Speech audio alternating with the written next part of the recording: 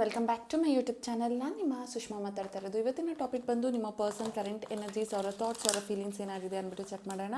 And ಈ ಒಂದು ರೀಡಿಂಗಲ್ಲಿ ನಿಮ್ಗೆ ಏನಾದರೂ ಯಾವುದಾದ್ರೂ ಮೆಸೇಜ್ನ ಕ್ಲೇಮ್ ಮಾಡ್ಕೋಬೇಕು ಅಂದರೆ ನನ್ನ ಒಂದು ಕಮೆಂಟ್ ಸೆಕ್ಷನಲ್ಲಿ ನೀವು 111 ಅಂತ ಅಂದ್ಬಿಟ್ಟು ಟೈಪ್ ಮಾಡ್ಬೋದು.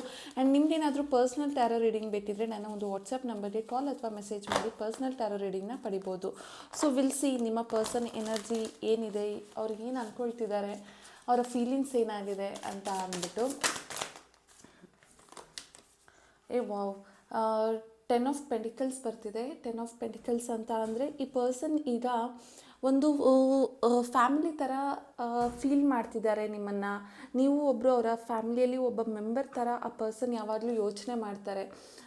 ಅವ್ರು ಎಷ್ಟೇ ತಪ್ಪು ಮಾಡಲಿ, ಅವ್ರು ಎಷ್ಟೇ ನಿಮ್ಮನ್ನು ದ್ವೇಷಿಸಲಿ, ಅಥವಾ ನಿಮ್ಮ ಮತ್ತು ಅವರ ಮಧ್ಯ ಎಷ್ಟೇ ಪ್ರಾಬ್ಲಮ್ ಇರಲಿ, ಬಟ್ ಅವರು ನಿಮ್ಮನ್ನು ಒಂದು ಫ್ಯಾಮಿಲಿ ಮೆಂಬರ್ ಥರ ಅವರು ಫೀಲ್ ಮಾಡ್ತಿದ್ದಾರೆ. ನೀವು ತುಂಬ ಲಾಯಲ್ ಇದ್ದೀರಾ ಅಂತ ಅವ್ರಿಗೆ ಗೊತ್ತು. ತುಂಬ ನಿಯತ್ತು ಜಾಸ್ತಿ ನಿಮಗೆ. ನಿಮ್ಮ ಪ್ರೀತಿಯಲ್ಲಿ ಕೊರತೆ ಇಲ್ಲ, ನಿಮ್ಮ ಪ್ರೀತಿಯಲ್ಲಿ ಮೋಸ ಇಲ್ಲ. ನೀವು ಅವ್ರನ್ನ ಒಂಥರ ತುಂಬ ಚೆನ್ನಾಗಿ ನೋಡ್ಕೊಳ್ತಿದ್ದೀರಾ. ಒಂದು ಕುಟುಂಬದ ವ್ಯಕ್ತಿಯಾಗಿ ನೀವು ಆ ಪರ್ಸನ್ನ ಕಾಣ್ತಿದ್ದೀರಾ ಅನ್ನೋದೆಲ್ಲ ಆ ಪರ್ಸನ್ಗೆ ಗೊತ್ತಿದೆ. ಆ ಪರ್ಸನ್ ಕೂಡ ಅಷ್ಟೇ, ನೀವು ಎಷ್ಟೇ ಅವ್ರಿಗೆ ಪ್ರೀತಿ ಕೊಟ್ಟರು, ಅವ್ರು ನಿಮ್ಮನ್ನ ರಿಜೆಕ್ಟ್ ಮಾಡಿದ್ರು ಕೂಡ ಆ ಪರ್ಸನ್ಗೆ ಎಲ್ಲೋ ಒಂದು ಕಾರ್ನರಲ್ಲಿ ನೀವು ಆ ಪರ್ಸನ್ಗೆ ಒಂದು ಫ್ಯಾಮಿಲಿ ಥರ, ಒಂದು ವ್ಯಕ್ತಿ ಗತ ನೀವು ತುಂಬ ಒಳ್ಳೆಯವರು ಅನ್ನೋದು ಈ ಪರ್ಸನ್ಗೆ ಗೊತ್ತಿದೆ. ಆ್ಯಂಡ್ ಅವರು ನಿಮ್ಮನ್ನು ಅವರು ಬಿಟ್ಟು ಹೋಗೋದಕ್ಕೆ ಒಂದು ರೀಸನ್ ಅವರ ಒಂದು ಫ್ಯಾಮಿಲಿ ಕೂಡ ಆಗಿರ್ಬೋದು, ಅಥವಾ ಆ ಪರ್ಸನ್ನು ಸ್ವಲ್ಪ ಮನಿ ಮೈಂಡ್ ಕೂಡ ಆಗಿರಬಹುದು. ಅಂದರೆ ದುಡ್ಡಿನ ಆಸೆಗೋಸ್ಕರ ಅವರು ನಿಮ್ಮನ್ನ ಬಿಟ್ಟು ಅವರು ಹೋಗಿರೋ ಅಂಥ ಚಾನ್ಸಸ್ ಕೂಡ ಇದೆ. ಫಿನಾನ್ಷಿಯಲಿ ಹೆಲ್ಪ್ ಅನ್ನೋದು ಅವ್ರಿಗೆ ತುಂಬ ನೆಸೆಸಿಟಿ ಇತ್ತು, ಹಾಗಾಗಿ ಅವರು ನಿಮ್ಮನ್ನ ಟಚ್ಚಲ್ಲಿದ್ದರು. ಆ್ಯಂಡ್ ನೀವು ಅವ್ರಿಗೆ ಹೆಲ್ಪ್ ಮಾಡಾದಮೇಲೆ, ಅಥವಾ ಅವರಿಗೆ ಅವರ ಫಿನಾನ್ಷಿಯಲ್ ಹೆಲ್ಪ್ ಆದಮೇಲೆ ಅವ್ರು ನಿಮ್ಮನ್ನು ದೂರ ಮಾಡಿಕೊಂಡ್ರು ಅನ್ನೋ ಥರನೂ ಇದು ಬರುತ್ತೆ. ಸೊ ನಿಮಗೆ ಇದು ಯಾವುದು ರೆಸೊನೇಟ್ ಆಗ್ತಿದೆ ಈ ಎರಡು ವಿಚಾರದಲ್ಲಿ, ಐದರ್ ಅವ್ರು ನಿಮ್ಮನ್ನ ಫ್ಯಾಮಿಲಿ ಥರ ಟ್ರೀಟ್ ಮಾಡ್ತಿದ್ದಾರೆ ಅಥವಾ ನಿಮಗೆ ಫಿನಾನ್ಷಿಯಲಿ ಹೆಲ್ಪ್ ಮಾಡ್ತಿದ್ದಾರೆ. ಇದೆರಡರಲ್ಲಿ ಯಾವುದು ರೆಸೊನೇಟ್ ಆಗುತ್ತೋ ಅದನ್ನು ನೀವು ತೊಗೋಬೋದು. ಸೊ ಈ ಪರ್ಸನ್ ಕರೆಂಟ್ ಎನರ್ಜಿ ನೋಡ್ತಾ ಇದ್ದರೆ ಈಗ ಅವ್ರು ಸ್ವಲ್ಪ ಪಾಸಿಟಿವ್ ಆಗಿದ್ದಾರೆ. ಅವರ ಫ್ಯಾಮಿಲಿಯಲ್ಲಿ ಅವರು ತುಂಬ ಟೈಮ್ ಸ್ಪೆಂಡ್ ಮಾಡ್ತಿದ್ದಾರೆ. ಆ್ಯಂಡ್ ಆ ಪರ್ಸನ್ಗೆ ಅವ್ರದ್ದೇ ಆದಂಥ ಒಂದು ಫ್ಯಾಮಿಲಿ ಇದೆ ಅನ್ನೋವಂಥದ್ದು ಕಾಣಿಸ್ತಾ ಇದೆ. ಸೊ ಇಲ್ಲ ಅವರು ಫ್ಯಾಮಿಲಿ ಕ್ರಿಯೇಟ್ ಮಾಡ್ತಿರ್ಬೋದು, ಅಥವಾ ಅವರು ಆಲ್ರೆಡಿ ಒಂದು ಫ್ಯಾಮಿಲಿಯಲ್ಲಿ ಇರಬಹುದು ಅಂತ ಅಂದ್ಬಿಟ್ಟು ಅಲ್ಲಿ ಆ ಪರ್ಸನ್ ಎಂಜಾಯ್ ಮಾಡ್ತಿದ್ದಾರೆ. ಆದರೆ ನಿಮ್ಮ ಬಗ್ಗೆ ಅಂತ ಬಂದಾಗ ಅವ್ರಿಗೆ ಗೊತ್ತು ನೀವು ತುಂಬ ಲಾಯಲ್ ಆಗಿ ಅವ್ರನ್ನ ಇಷ್ಟಪಡ್ತೀರಾ ಅಂತ ಅಂದ್ಬಿಟ್ಟು. ಐ ಪ್ರಿಸ್ಟಸ್ ಅಂತ ಬಂದಾಗ ಈ ಪರ್ಸನ್ ನಿಮ್ಮನ್ನು ಇಷ್ಟಪಟ್ಟರು ಮೇಲ್ನೋಟಕ್ಕೆ ಅವರು ಕಾಣಿಸ್ಕೊಳ್ಳಲ್ಲ. ಅವ್ರಿಗೆ ಒಂಥರ ಮೂಡ್ ಸ್ವಿಂಗ್ಸ್. ಇವತ್ತಿದ್ದಂಥ ಆಲೋಚನೆ ನಾಳೆ ಇರಲ್ಲ, ಇವತ್ತಿದ್ದಂಥ ಎನರ್ಜಿ ನೆನ್ನೆ ಇರಲ್ಲ, ನೆನ್ನೆ ಇದ್ದಂಥ ಎನರ್ಜಿ ನಾಳೆ ಇರಲ್ಲ. ಸೊ ಈ ಥರ ಅವ್ರದ್ದೇ ಆದಂಥ ಒಂದು ಮೂಡ್ ಸ್ವಿಂಗ್ ಸ್ವಭಾವ ಇದೆ. ಡಿಸಿಷನ್ ಮೇಕಿಂಗ್ ಕೆಪಾಸಿಟಿ ಇಲ್ಲ, ಯಾವಾಗಲೂ ಕನ್ಫ್ಯೂಷನ್. ಯಾವುದೇ ಒಂದು ರಿಲೇಷನ್ಶಿಪ್ನ ಬ್ಯಾಲೆನ್ಸ್ ಮಾಡೋದಕ್ಕೆ ಅವ್ರ ಕೈಯಲ್ಲಿ ಆಗ್ತಾ ಇಲ್ಲ ಅಂತ ಅಂದ್ಬಿಟ್ಟು ಇಲ್ಲಿ ಕಾಣಿಸ್ತಾ ಇರೋವಂಥದ್ದು. ಆ್ಯಂಡ್ ಈ ಪರ್ಸನ್ ನಿಮ್ಮನ್ನು ಒಂಥರ ಕೆಲವೊಂದು ವಿಚಾರನ ನಿಮ್ಮಿಂದ ತುಂಬ ಮುಚ್ಚಿಟ್ಟಿದ್ದಾರೆ, ಹೈಡ್ ಮಾಡಿದ್ದಾರೆ. ಯಾವುದು ಸತ್ಯನ ಅವ್ರು ಓಪನ್ ಅಪ್ ಆಗಿ ಹೇಳ್ಕೊಂಡಿಲ್ಲ ಅಂತ ಅಂದ್ಬಿಟ್ಟು ಇಲ್ಲಿ ಕಾಣಿಸ್ತಾ ಇದೆ. ನಿಮ್ಮ ಬಗ್ಗೆ ಆ ಪರ್ಸನ್ ಡೆಫಿನೆಟ್ಲಿ ಯೋಚನೆ ಮಾಡ್ತಿದ್ದಾರೆ. ಅವರು ಮಲಗಬೇಕಾದ್ರೆ, ಅಥವಾ ಅವ್ರು ಕೂರಬೇಕಾದ್ರೆ, ಅಥವಾ ಅವ್ರು ಮೆಡಿಟೇಟ್ ಮಾಡಬೇಕಾದ್ರೆ, ಅವ್ರು ಏನೇ ಮಾಡಲಿ ನಿಮ್ಮ ಆಲೋಚನೆ ಅವ್ರಿಗೆ ಬಂದು ಹೋಗುತ್ತೆ. ಅವರ ಇಂಟ್ಯೂಷನಲ್ಲಿ ನೀವು ಯಾವಾಗಲೂ ಬರ್ತಾನೆ ಇರ್ತೀರಾ ಅನ್ನೋವಂಥದ್ದು ಕಾಣಿಸ್ತಾ ಇದೆ. ಬಿಕಾಸ್ ಹೈ ಪ್ರಿಸ್ಟಸ್ ಅಂತ ಬಂದಾಗ ಅವರು ಮೆಡಿಟೇಟ್ ಮಾಡೋವಂಥದ್ದು, ಅಥವಾ ಅವರು ಮಲಗಿರ್ಬೇಕಾದ್ರೆ ಅವರು ನಿಮ್ಮನ್ನು ನೆನಪಿಸ್ಕೊಳ್ಳೋ ಅಂಥದ್ದು ಅನ್ನೋ ಒಂದು ಕಾಣಿಸ್ತಾ ಇದೆ. Okay, the tower with a strength card, 2 major cards. So tower ಅಂತ ಅಂದರೆ ಆ ಪರ್ಸನ್ ನಿಮ್ಮನ್ನ ಪ್ರೀತಿಯಲ್ಲಿ ತುಂಬ ಹೈ ಲೆವೆಲ್ಗೆ ಎಳ್ಕೊಂಡೋಗಿ ಅಲ್ಲಿಂದ ನಿಮ್ಮನ್ನ ತಳ್ಳಿ ಬೀಳಿಸ್ಬಿಟ್ಟಿದ್ದಾರೆ ಅನ್ನೋವಂಥದ್ದು ಒಂದು ಅರ್ಥ ಬರುತ್ತೆ. ಆ್ಯಂಡ್ ಈ ಪರ್ಸನ್ ನಿಮ್ಮಿಂದ ಒಂದು ಸಪ್ರೇಷನ್ ಅಥವಾ ಡಿಪ್ರೆಷನ್, ಆ್ಯಂಗ್ಸೈಟಿ ಏನೇ ಕೊಟ್ಟಿರಲಿ ನಿಮಗೆ, ಆದರೆ ನೀವು ಇನ್ನೂ ಆ ಪರ್ಸನ್ ಆಲೋಚನೆಯಲ್ಲಿ ಇನ್ನೂ ಸ್ಟ್ರಾಂಗ್ ಆಗಿ ಹೋಗ್ತಾ ಇದ್ದೀರಾ. ಅಂದರೆ ಅವ್ರು ನಿಮ್ಮನ್ನು ಬ್ರೇಕಪ್ ಮಾಡಿದ್ರು, ಅಥವಾ ನೀವು ಅವರಿಂದ ದೂರ ಹೋಗಿದ್ರು, ನಿಮ್ಮ ಎನರ್ಜಿ ಬಂದು ತುಂಬ ಏನಂತಾರೆ, ಆ ಪರ್ಸನ್ ಯಾವತ್ತಿದ್ರೂ ನನ್ನವರೇ, ಅವ್ರು ಬಂದೇ ಬರ್ತಾರೆ. ಅದು ನನಗೆ ಗೊತ್ತು. ಯಾಕಂದರೆ ನಾನು ಅವ್ರಿಗೆ ಅನ್ಲಿಮಿಟೆಡ್ ಲವ್ ಕೊಟ್ಟಿದ್ದೀನಿ, ಅನ್ಕಂಡೀಷನಲ್ ಫೀಲಿಂಗ್ಸ್ ಇದೆ ನನಗೆ. ಸೊ ಈ ಥರ ಇದ್ದಾಗ ಆ ಪರ್ಸನ್ ಯಾವತ್ತಿದ್ರೂ ನನ್ನವರೇ, ನನ್ನ ಹತ್ರ ಬಂದೇ ಬರ್ತಾರೆ ಅನ್ನೋ ಆಲೋಚನೆಯಲ್ಲಿದ್ದೀರಾ. ಬಟ್ ಆ ಪರ್ಸನ್ಗೆ ಇರಬೇಕಾದಂತಹ ಧೈರ್ಯ, ಕರೇಜ್. ಯಾಕಂದರೆ ನೀವು ನೋಡ್ಬೋದು, ಸ್ಟ್ರೆಂತ್ ಅಂದ್ರೇ ಕರೇಜ್, ಧೈರ್ಯ. ಆದರೆ ಅದು ಆ ಪರ್ಸನ್ ಶೋ ಆಫ್ ಮಾಡ್ತಾ ಇಲ್ಲ. ಅವರು ಏನು ಹೇಳ್ಬೋದು ಅಂತ ಅಂದರೆ, ಅವ್ರಿಗೆ ನಿಮ್ಮ ಹತ್ರ ಬಂದು ಅಪ್ರೋಚ್ ಮಾಡೋಣ ಅಂದರೆ ಆ ಧೈರ್ಯ ಅವ್ರಿಗೆ ಸಾಲ್ತಿಲ್ಲ. ಬಿಕಾಸ್ ಅವ್ರಿಗೆ ಗೊತ್ತಿದೆ ಅವರ ತಪ್ಪೇನು ಅಂತ ಅಂದ್ಬಿಟ್ಟು. ಸ್ಟ್ರೆಂತ್ ಅಂತ ಅಂದರೆ ಈ ಕಾರ್ಡ್ ಅವ್ರಿಗೆ ಆ ಒಂದು ಸ್ಟ್ರೆಂತ್ ಇಲ್ಲ. ಬಿಕಾಸ್ ಅವರ ವೀಕ್ನೆಸ್ ಏನು ಅಂತ ಅವ್ರಿಗೆ ಗೊತ್ತು. ಅವರ ನೆಗೆಟಿವ್ ಸೈಡ್ ಅವ್ರಿಗೆ ಗೊತ್ತಿದೆ. ಅವರು ನಿಮ್ಮನ್ನು ಎಷ್ಟು ಕನ್ನಿಂಗಾಗಿ ಅಥವಾ ಎಷ್ಟು ಬೇಜವಾಬ್ದಾರಿಯಾಗಿ ನಿಮ್ಮನ್ನು ನಡೆಸ್ಕೊಂಡ್ರು, ನಿಮ್ಮ ಪ್ರೀತಿಯಲ್ಲಿದ್ದರು, ಹೆಂಗೆ ನಿಮಗೆ ಕೈ ಕೊಟ್ಟು ಹೋದರು, ಇದೆಲ್ಲ ಆ ಪರ್ಸನ್ಗೆ ಗೊತ್ತಿದೆ. ಅವರ ವೀಕ್ನೆಸ್ ಅವ್ರಿಗೆ ಗೊತ್ತಿದೆ.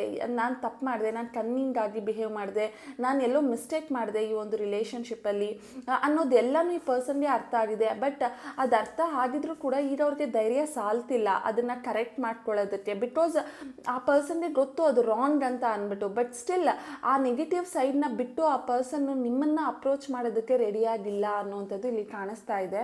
ಸೊ ಅವರ ಎನರ್ಜಿ ಅವರಿಗೆ ರಿಯಲೈಸೇಷನ್ ಆಗ್ತಾ ಇದೆ, ಅವ್ರಿಗೆ ಗೊತ್ತಾಗ್ತಾ ಇದೆ ಅವ್ರು ಮಾಡಿದ್ದು ರಾಂಗ್, ಅವ್ರು ಮಾಡಿದ್ದು ಮಿಸ್ಟೇಕ್ ಅಂತ ಅಂದ್ಬಿಟ್ಟು ಆ ಪರ್ಸನ್ಗೆ ಅರ್ಥ ಆಗ್ತಿದೆ. ಡೇ ಬೈ ಡೇ ಅವ್ರು ಅದನ್ನು ಅರ್ಥ ಮಾಡಿಕೊಂಡು ನಿಮ್ಮ ಮೇಲೆ ಅವ್ರಿಗೆ ಇನ್ನೂ ರೆಸ್ಪೆಕ್ಟ್ ಜಾಸ್ತಿ ಆಗ್ತಿದೆ ಅಂತ ಅಂದ್ಬಿಟ್ಟು ಹೇಳ್ತೀನಿ. ಬಟ್ ಅವ್ರು ಮಾಡಿದ ತಪ್ಪು ಅವ್ರಿಗೆ ಅರ್ಥ ಆಗಿ ಅವ್ರು ಮತ್ತೆ ವಾಪಸ್ ಕಮ್ ಬ್ಯಾಕ್ ಮಾಡೋದಕ್ಕೆ ಇಷ್ಟಪಡ್ತಾ ಇಲ್ಲ ಅನ್ನೋವಂಥದ್ದು. ಓಕೆ, ಸೊ ಇಲ್ಲಿ 5 ಆಫ್ ವಾಂಡ್ಸ್ ಇದೆ. 5 ಆಫ್ ವಾಂಡ್ಸ್ ಅಂತ ಅಂದರೆ ನಿಮ್ಮ ಬಗ್ಗೆ ಅವ್ರ ಆಲೋಚನೆ ಡೇ ಬೈ ಡೇ ಜಾಸ್ತಿ ಆಗಿದೆ. ತುಂಬ ಕನ್ಫ್ಯೂಷನ್ಸ್, ಕ್ಲಾರಿಟಿ ಅನ್ನೋವಂಥದ್ದು ಸಿಗಲ್ಲ ಅವ್ರಿಗೆ. ಮೈಂಡಲ್ಲೇ ಓವರ್ ಥಿಂಕ್ ಮಾಡ್ತಾರೆ. ಯಾವಾಗಲೂ ಏನೋ ಒಂದು ಪ್ರಾಬ್ಲಮೆಟಿಕ್ ಅನ್ನೋ ಥರ ಫೀಲ್ ಮಾಡ್ತಾರೆ. ಅವ್ರದ್ದೇ ಆದಂತಹ ಒಂದು ಥಾಟ್ ಪ್ರೊಸೆಸ್ಸಲ್ಲಿ ನಿಮ್ಮನ್ನ ಕೆಲವೊಂದು ಸರಿ ನೆಗೆಟಿವ್ ಮಾಡ್ಕೊಳ್ತಾರೆ, ಕೆಲವೊಂದು ಸರಿ ಪಾಸಿಟಿವ್ ಮಾಡ್ಕೊಳ್ತಾರೆ. ಸೊ ಅವರ ಮೈಂಡಲ್ಲೇ ಕಾನ್ಫ್ಲಿಕ್ಟ್ಸ್ ಇದೆ, ಅವರ ಮೈಂಡಲ್ಲೇ ಕನ್ಫ್ಯೂಷನ್ಸ್ ಇದೆ, ಅವರೇ ಡಿಸ್ಟರ್ಬ್ಡ್ ಆಗಿದ್ದಾರೆ ಅನ್ನೋವಂಥದ್ದು ಕಾಣಿಸ್ತಿದೆ. ಬಟ್ ನೀವು ಅವರ ಆಲೋಚನೆಯಲ್ಲಿ ಬರ್ತಿದ್ದೀರಾ, ಹೌದು, ಎಸ್ ನೀವು ಬರ್ತಿದ್ದೀರಾ. ಅವ್ರು ನಿಮ್ಮನ್ನ ಯೋಚನೆ ಮಾಡ್ತಿರೋದಕ್ಕೆ ನೀವು ಅವರ ಥಾಟಲ್ಲಿ ಯಾವಾಗಲೂ ಇರ್ತೀರಾ. ಓಕೆ, ಬಟ್ ಈ ಪರ್ಸನ್ಗೆ ಅವರ ಫ್ಯಾಮಿಲಿ ಆಗಿರ್ಬೋದು ಅಥವಾ ನೀವಾಗಿರ್ಬೋದು, 2 ವ್ಯಕ್ತಿ ಅಥವಾ 2 ವ್ಯಕ್ತಿತ್ವ ಅಥವಾ 2 ಸಿಚುವೇಶನಿಂದ ಅವ್ರು ಏನನ್ನೂ ಬ್ಯಾಲೆನ್ಸ್ ಮಾಡೋದಕ್ಕೆ ಆಗ್ತಾ ಇಲ್ಲ. ಯಾವುದೋ ಒಂದು ಡಿಸಿಷನ್ಸ್ನ ಅವರು ತೊಗೊಳೋದಕ್ಕೆ ಆಗ್ತಾ ಇಲ್ಲ. ಎಲ್ಲನೂ ಕೂಡ ಅವರು ಮಿಸ್ಮ್ಯಾನೇಜ್ಮೆಂಟ್ ಅಂತ ಹೇಳ್ತೀವಿ ನಾವು. ಅಂದರೆ ಯಾವುದನ್ನು ಮ್ಯಾನೇಜ್ ಮಾಡುವಂಥ ಶಕ್ತಿನ ಈ ಪರ್ಸನ್ ಇಟ್ಕೊಂಡಿಲ್ಲ. ಟೈಮ್ ಆಗಿರಲಿ, ಪರ್ಸನ್ ಆಗಿರಲಿ ಅಥವಾ ಪ್ರೊಫೆಷನಲ್ ಲೈಫ್ ಆಗಿರಲಿ, ಯಾವುದನ್ನು ಹ್ಯಾಂಡಲ್ ಮಾಡೋದಕ್ಕೆ ಆಗ್ತಾ ಇಲ್ಲ ಅನ್ನೋವಂಥದ್ದು ಕಾಣಿಸ್ತಿದೆ. ಸೊ ಬ್ಯಾಲೆನ್ಸ್ಡ್ ಆಗಿಲ್ಲ, ಇವರ ಚಕ್ರಾಸ್ ಕೂಡ ಬ್ಯಾಲೆನ್ಸ್ಡ್ ಆಗಿಲ್ಲ. ಸೊ ಈ ಪರ್ಸನ್ ನಿಮ್ಮ ಬಗ್ಗೆ ಯೋಚನೆ ಮಾಡ್ತಿದ್ರು ಕೂಡ ಅದು ಬ್ಯಾಲೆನ್ಸಿಂಗ್ ಡಿಸಿಷನ್ ಅಲ್ಲ. ಈಗ ಫಾರ್ ಎಕ್ಸಾಂಪಲ್ ನಿಮ್ಮನ್ನು ಇಷ್ಟಪಟ್ಟು ಅವ್ರಿಗೆ ಆಲ್ರೆಡಿ ಮದುವೆ ಆಗಿದ್ದರೆ ಆ ಪರ್ಸನ್ ನಿಮ್ಮ ಹತ್ರ ಬರಬೇಕಾ, ಅವ್ರ ಪರ್ಸನ್ ಆಲ್ರೆಡಿ ಕರೆಂಟ್ ಪರ್ಸನ್ ಇದ್ದಾರಲ್ಲ ಅವ್ರ ಹತ್ರ ಇರಬೇಕಾ ಅಂತ ಒಂದು ಕನ್ಫ್ಯೂಷನ್ ಇರುತ್ತೆ. ಬಟ್ ಅವ್ರಿಗೇನು ಅವ್ರಿಗೆ ಗೊತ್ತಿದೆ, ಅವ್ರಿಗೆ ರಿಯಲೈಸೇಷನ್ ಆಗಿದೆ ಅವ್ರು ಮಾಡಿರೋದು ತಪ್ಪು ಅಂತ ಅಂದ್ಬಿಟ್ಟು. ಬಟ್ ಪೇಜ್ ಆಫ್ ಕಪ್ಸ್ ಅಂತ ಬಂದಿದೆ ಅಂದರೆ ಈ ಪರ್ಸನ್ನು ನಿಮ್ಮನ್ನು ಮಾತಾಡಿಸ್ಬೇಕು ಅನ್ನೋದು ಅರ್ಥ. ಓಕೆ, ಇಲ್ಲಿ ನೀವು ನೋಡ್ಬೋದು ಹಾರ್ಟ್ ಸಿಂಬಲ್ ಇದೆ, ಕಪ್ಸ್ ಇದೆ ಇಲ್ಲಿ. ಸೊ ಈ ಪರ್ಸನ್ ಏನು ಅಂತ ಅಂದರೆ ನಿಮ್ಮ ಬಗ್ಗೆ ಅವ್ರು ನೆನಪಿಸ್ಕೊಳ್ತಿದ್ದಾರೆ, ನಿಮ್ಮ ಹತ್ರ ಬಂದು ಅಪ್ರೋಚ್ ಮಾಡಬೇಕು ಅಂತ ಅಂದ್ಕೊಳ್ತಿದ್ದಾರೆ, ನಿಮ್ಮನ್ನು ಮಾತಾಡಿಸ್ಬೇಕು ಅಥವಾ ನಿಮ್ಮ ಜೊತೆ ಕಮ್ಯುನಿಕೇಟ್ ಮಾಡಬೇಕು. ಅವ್ರು ಎಷ್ಟೇ ತಪ್ಪು ಮಾಡಿರಲಿ, ನಿಮ್ಮ ಮತ್ತು ಅವರ ಮಧ್ಯೆ ನೋ ಕಾಂಟ್ಯಾಕ್ಟ್ ಸಿಚುವೇಶನ್ ಆಗಿ ತುಂಬ ತಿಂಗಳೇ ಆಗಿರಲಿ, ಈ ಪರ್ಸನ್ ಅಂದ್ಕೊಳ್ತಾರೆ ಒಂದು ಸರಿ ಆ ಪರ್ಸನ್ಗೆ ನಾನು ಸಾರಿ ಕೇಳಬೇಕಾಗಿತ್ತು, ಒಂದು ಸರಿ ನಾನು ಮಾಡಿದ್ದು ತಪ್ಪು ನನಗೆ ಅರ್ಥ ಆಗಿದೆ ಅಂತ ಹೇಳಬೇಕು ಆಗಿತ್ತು ಅಂತ ಅಂದ್ಬಿಟ್ಟು ಈ ಪರ್ಸನ್ ಫೀಲ್ ಮಾಡ್ತಾರೆ ಅಂತ ಅಂದ್ಬಿಟ್ಟು ಹೇಳ್ಬೋದು. ಸೊ ಇಲ್ಲಿ ನೋಡಿದ್ರೆ ಅವರ ಎನರ್ಜಿಯಲ್ಲಿ ಅವ್ರಿಗೆ ರಿಯಲೈಸೇಷನ್ ಅನ್ನುವಂಥದ್ದು ಆಗಿದೆ, ಅವರ ತಪ್ಪಿನ ಅರಿವು ಅವ್ರಿಗಾಗಿದೆ. ಬಟ್ ಧೈರ್ಯ ಸಾಲ್ತಿಲ್ಲ. ಆದರೆ ಯಾವಾಗಲೂ ಅನಿಸುತ್ತೆ ನಿಮ್ಮ ಹತ್ರ ಅವರು ಮಾತಾಡಬೇಕು, ನಿಮ್ಮ ಹತ್ರ ಅವರ ಫೀಲಿಂಗ್ಸ್ನ ಹೇಳ್ಕೋಬೇಕು ಅಂತ ಅಂದ್ಬಿಟ್ಟು ಈ ಪರ್ಸನ್ ಫೀಲ್ ಮಾಡ್ತಿದ್ದಾರೆ ಅನ್ನೋವಂಥದ್ದು ಕಾಣಿಸ್ತಾ ಇದೆ. ಓಕೆ, ಸೊ ನಿಮಗೆ ಏನು ಗೈಡೆನ್ಸ್ ಇದೆ, ಇವತ್ತು ನೀವು ಏನು ಮಾಡ್ಬೋದು ಅಥವಾ ಈ ಪರ್ಸನಿಂದ ನಿಮ್ಗೆ ಏನು ಗೈಡೆನ್ಸ್ ಬೇಕಾಗಿದೆ ಅಂತ ಅಂದ್ಬಿಟ್ಟು ನೋಡೋಣ. ಯೂನಿವರ್ಸ್ ನಿಮ್ಗೆ ಏನು ಹೇಳೋದಕ್ಕೆ ಟ್ರೈ ಮಾಡ್ತಾರೆ ಈ ಪರ್ಸನ್ ಬಗ್ಗೆ. ಓಕೆ, ಒಂದು ರೆಸ್ಟ್, ಇನ್ನೊಂದು ಸೆಲ್ಫ್ ಫರ್ಗಿವ್ನೆಸ್. ನೀವೇ ನೋಡ್ಬೋದು 2 ಕಾರ್ಡ್ ಬಂದಿದೆ. ಸೆಲ್ಫ್ ಫರ್ಗಿವ್ನೆಸ್ ಅಂತ ಅಂದರೆ ನಿಮಗೂ ಕೂಡ ಈ ವ್ಯಕ್ತಿನ ಬಿಟ್ಟು ಹೋದ್ಮೇಲೆ ನಿಮಗೂ ಎಲ್ಲೋ ಒಂದು ಕಡೆ ನೀವು ಮಾಡಿದ ತಪ್ಪು ಅಥವಾ ನಿಮಗೆ ಈ ವ್ಯಕ್ತಿ ಸಿಕ್ಕಬಾರ್ದಿತ್ತು, ಇಲ್ಲಾಂದರೆ ನಾನು ಎಂಥ ಮಗುನಪ್ಪ, ನಾನೆಲ್ಲ ತಪ್ಪೇ ಮಾಡ್ಕೊಂಡು ಬಂದೆ, ಇಷ್ಟ ಇಲ್ಲದೆ ಇರೋ ಪರ್ಸನ್ನ ಒಪ್ಕೊಳ್ಳೋಂಗಾಯಿತು, ಅಥವಾ ಅವರೇ ಬಂದು ನಿಮ್ಮನ್ನ ಅಪ್ರೋಚ್ ಮಾಡಿದರೆ ನನಗೆ ಯಾಕೆ ಬೇಕಾಗಿತ್ತು ಈ ವ್ಯಕ್ತಿ, ನಾನು ಸರಿ ಇಲ್ಲ, ನನಗೆ ಪ್ರೀತಿ ಅನ್ನೋದು ಆಗಿ ಬರಲ್ಲ, ಈ ಥರದ್ದು ನಿಮಗೆ ಆದಂಥ ಒಂದು ನೆಗೆಟಿವ್ ಥಾಟ್ಸ್, ನಿಮ್ಮ ಮೇಲೆ ನೀವೇ ಬ್ಲೇಮ್ ಮಾಡ್ಕೊಳ್ತೀರಾ, ನಿಮಗೆ ಸೆಲ್ಫ್ ಲವ್ವೇ ಇರಲ್ಲ ನಿಮ್ಮ ಮೇಲೆ. ಅಂಥವರು ಈ ಒಂದು ಕಾರ್ಡ್ ನೋಡ್ತಿದ್ರೆ ಸೆಲ್ಫ್ ಫರ್ಗಿವ್ನೆಸ್, ನಿಮ್ಮನ್ನು ನೀವು ಫರ್ಗಿವ್ ಮಾಡ್ಕೊಳ್ಳೇಬೇಕು. ಯಾಕೆ ಅಂತ ಅಂದರೆ ಪ್ರತಿಯೊಬ್ಬ ಮನುಷ್ಯನೂ ತಪ್ಪು ಮಾಡ್ತಾನೆ, ನಾನು ಮಾಡ್ತೀನಿ, ನೀವು ಮಾಡ್ತೀರಾ, ಪ್ರತಿಯೊಬ್ಬರು ಮಾಡ್ತಾರೆ.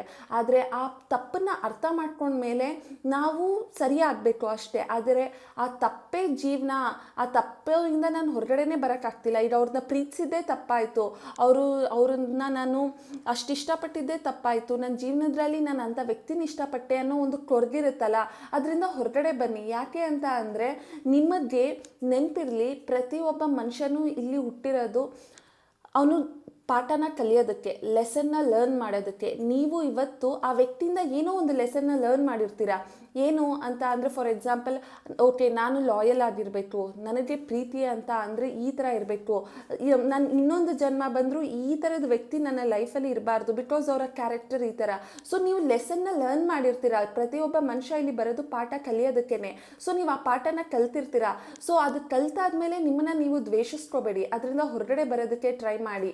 ಸೊ ನಿಮ್ಮನ್ನು ನೀವು ಕ್ಷಮಿಸ್ಕೊಳ್ಳಿ. ಯಾಕೆ ಅಂದರೆ ಎಲ್ಲರೂ ತಪ್ಪು ಮಾಡ್ತಾರೆ. ಸೊ ಹಾಗಾಗಿ ನೀವೆಲ್ಲರೂ ಕೂಡ ದೇವ್ರ ಮಕ್ಕಳು, ನೀವೆಲ್ಲರೂ ಇಲ್ಲಿ ಬಂದಿರೋದು ನಿಮ್ಮ ಲೆಸನ್ನ ಲರ್ನ್ ಮಾಡೋದಕ್ಕೆ. ಸೊ ಲೆಸನ್ನ ಲರ್ನ್ ಮಾಡಾದ್ಮೇಲೆ ನೀವು ಮುಂದೆ ಫಾರ್ವರ್ಡ್ ಹೋಗಿ, ಆಯಿತಾ? ಜೀವನದಲ್ಲಿ ಕಲಿಯೋದಕ್ಕೆ ತುಂಬ ಇದೆ. ಎಲ್ಲರೂ ಸೋಲ್ತಾರೆ, ಎಲ್ಲರೂ ಗೆಲ್ತಾರೆ. ಆದರೆ ಅದೇ ನಿಮ್ಮ ಲಾಸ್ಟ್ ಚಾಪ್ಟರ್ ಆಗಿರಬಾರ್ದು.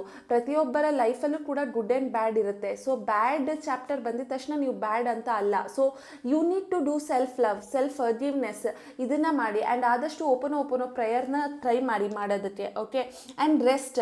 ಸೊ ನೀವು ಆ ವ್ಯಕ್ತಿ ಮೇಲೆ ತುಂಬ ಆಲೋಚನೆ ಮಾಡ್ತಿದ್ದೀರಾ, ನಿಮಗೆ ಮನಃಶಾಂತಿ ಅನ್ನೋದೇ ಇಲ್ಲ, ನೆಮ್ಮದಿ ಅನ್ನೋದಿಲ್ಲ. ಅಲ್ಲಿ ಹೋಗೋದು, ಇಲ್ಲಿ ಹೋಗೋದು, ಪೂಜೆ ಮಾಡಿಸೋದು, ಟ್ಯಾರೋ ರೀಡಿಂಗ್ ಕೇಳೋದು.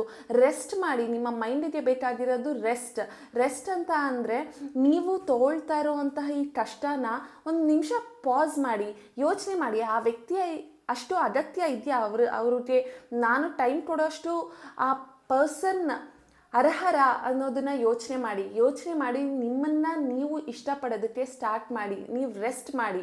ಆ್ಯಂಗ್ಸೈಟಿ, ಸ್ಟ್ರೆಸ್, ಡಿಪ್ರೆಷನ್ ಇದರಿಂದ ಓವರ್ಕಮ್ ಆಗಿ. ಸೊ ಆಗ ನಿಮ್ಮ ಲೈಫ್ ಇನ್ನೂ ಚೆನ್ನಾಗಿರುತ್ತೆ ಅಂತ ಅಂದ್ಬಿಟ್ಟು ಇಲ್ಲಿ ಹೇಳ್ಬೋದು. ಆ್ಯಂಡ್ ಈ ಒಂದು ರೀಡಿಂಗಲ್ಲಿ ನನಗೆ ತುಂಬ ಕಾಣಿಸಿದ ಲೆಟರ್ಸ್ ಅಂತ ಅಂದರೆ AMCLTH. ಆ್ಯಂಡ್ ಆಲ್ಸೋ ನಿಮ್ಮ ಒಂದು ಝೋಡಿಯಾಕ್ ಸೈನ್ಸ್ ಬಂದು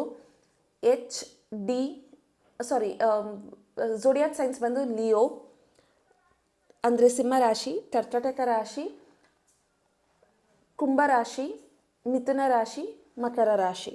ಆ್ಯಂಡ್ ಆಲ್ಸೋ ನಿಮ್ಮ ಒಂದು ಡೇಟ್ ಆಫ್ ಬರ್ತ್ ಪ್ರಕಾರ ನೀವು 5/14/23 ಆಗಿರ್ತೀರ, 8/17/26 ಆಗಿರ್ತೀರ, 4/13/22/31 ಆಗಿರ್ತೀರ. ಆ್ಯಂಡ್ ಅವರ ಒಂದು ಇನ್ಷಿಯಲ್ ಕೂಡ ಅವರ ಒಂದು ಡೇಟ್ ಆಫ್ ಬರ್ತ್ ಅವ್ರ ಝೋಡಿಯಾಕ್ ಸೈನ್ ಇದು ಕೂಡ ಆಗಿರ್ಬೋದು.